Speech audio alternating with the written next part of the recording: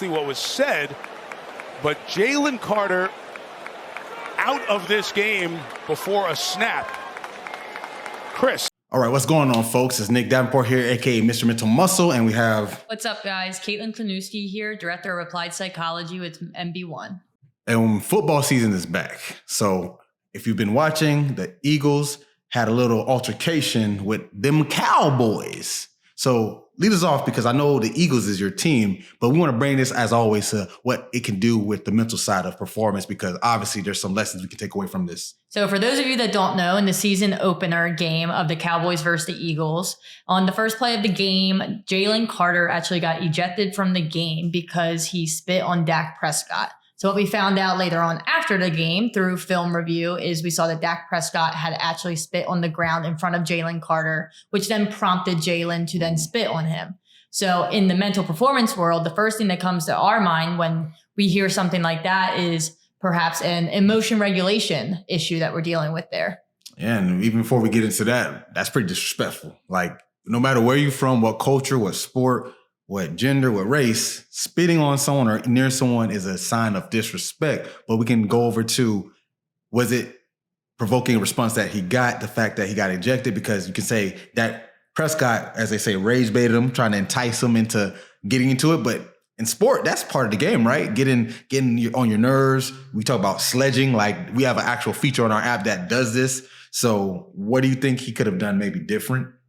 I think in that moment, it's being able to, it's a common phrase that I bring up a lot when we talk or whenever I'm working directly with clients. It's this idea of responding and not reacting. And in that moment, you see Jalen Carter reacted, especially without thinking. It's being able to think through or take the moment to think through what action you're going to make or what your next move is going to be. And in that moment, I don't think he saw the consequences in what he was about to do.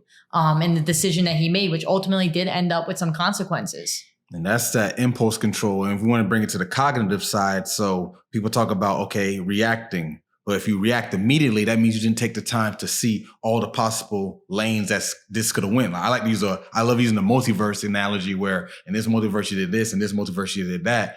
And obviously when you provoke, the emotions take over. That whole fight or flight, that's not just some cliche thing. Your brain goes into either that attack mode fight or that retreat mode flight. In this case, being a big NFL player, you're probably going to do the fight side because you're built for it. And I play football. It's literally aggression. It's a lot of emotions flaring. So I'm not mad the fact that he got enticed to be provoked. It's just that when you got the bigger picture, this is what happens. You get penalized, like you said. Yeah, I definitely agree. I think in that moment as a player, it's definitely a tough position to be in where you do narrow in and you just see small picture and you see red in that moment. And I do think that, losing sight of the bigger picture is what ultimately led him to make the decision that he had made.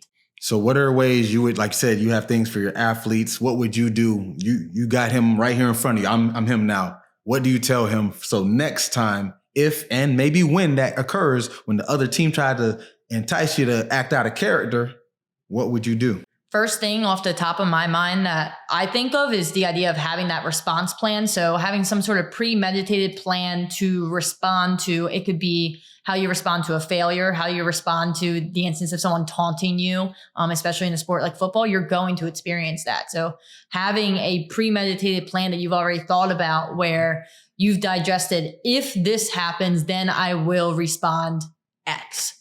So I call them response plans or if then plans. So being able to think of all these different scenarios or multiverses that you may come across throughout a game or practice or wherever, and already having kind of a step-by-step process of how I'm going to respond to that.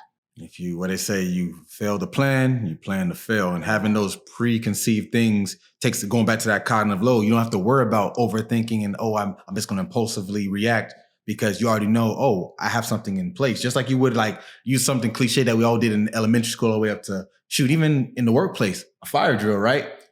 What looks great or more, fit, having we're going to go to this side of the building, 100 feet away on this parking lot versus and then you're like, where did I go? What did I do? And guess what? That's the red he's seeing. So I'm not necessarily 100% mad at it because, like I said, it's a game of emotion, a game of aggression.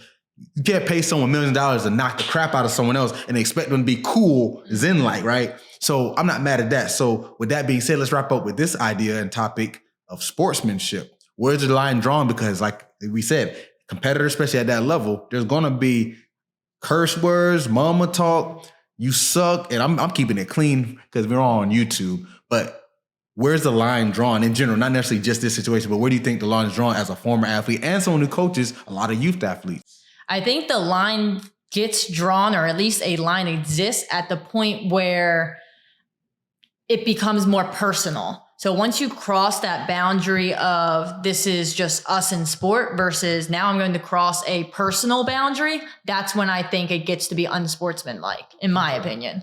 So we say crossing a personal boundary. Like I said, they do the mama jokes. I was going to say, your mama joke. It's the age of social media. They got wives, so 9 out of 10, they know what their wives look like. And I'm keeping PG, but there could be some things about your wife said in many type of ways where, so do you call it unsportsmanlike the minute it's like, oh, I'm attacking your personal things? Or is it how they attack the personal things? Like, let's just use the mama one. Oh yeah, I'm gonna knock you so bad, yo, mama gonna wish you never been born, or something like that. Is that over the line, or is it over the line when they say something like, oh, I'm going to do something to your mom, like physically harm her? Obviously that's crazy, but I'm sure that's been said. So are those are two different ways, but which one would you say is quote unquote okay? I'm not condoning any of these people at home, but they do happen. Let's be real. So hearing the first one, like you saying the first one out loud, I was thinking, okay, I can shrug that off. And in the second one, I definitely think cross that boundary. So I do definitely see a difference between those two contexts. And I also just can't help but think I've never been on the football field, but I can't help but think on the football field, like you're hearing that constantly from the first play to the last play. Oh yeah, it gets pretty bad. And I didn't play the NFL, so I can't speak on that. But if it's any indication, yeah, it can get pretty dirty. But I guess that being said, it's part of the game, and we can go on a whole nother rant on athletic identity of what comes with it and understanding that's part of it. Don't take it personally. But I will say that for another episode. But with that being said, I think this issue, like, it is what it is. People get heated, but I think the Eagles, your team, like I said, I ain't an Eagles fan, but I'm not against them. I'm kind of, as my friend Justin Sua taught me, I heard this term he said years ago, sport agnostic, where I'm at the point where I just hope whoever I'm working with does well, and anyone outside of that, best of luck. So good luck, Eagles. And as always, get your mind right.